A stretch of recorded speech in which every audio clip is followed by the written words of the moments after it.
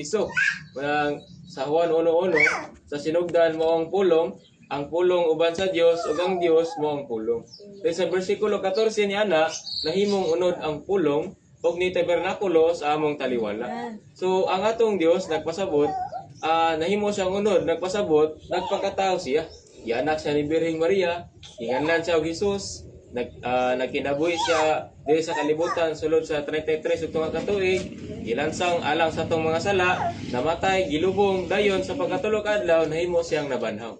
Sa iyang pagkabanhaw nahimo siyang espiritong tagahatag og kinabuhi. Amen. So kay espiritu naman malahangin na siya, andam na siyang musulod natong mga tao. Bisan unsa kagamay sa tao, pwede na siya, ready na siya nga musulod. So kaya ang atong Dios andam naman siyang musulod sa iyang part humana.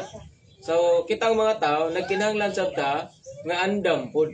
So, ang atong Dios, for example, kung ato pang ipakasama sa atong ang Dios sa gripo, so nag-agas na siya. Nya kitang mga tao kung ipakasama nato ta sa galon, kung dili ta abre, no, kung dili ta open, bisan pa kung sa kakusog sa agas, dili gid siya makasulod, di ba? So kitang mga tao kinahanglan po tang maandam. Kinahanglan po tang mubukas. No, nga na gyud sa atong andam na nga Dios, aron hingpit siyang makasulod nga ni kanato. So kitang mga tao, dunay upat ka butang nga kinahanglan ato gyung buhaton. Ang una brad is iliso ang imong kasing-kasing sa Dios pag ginulsol.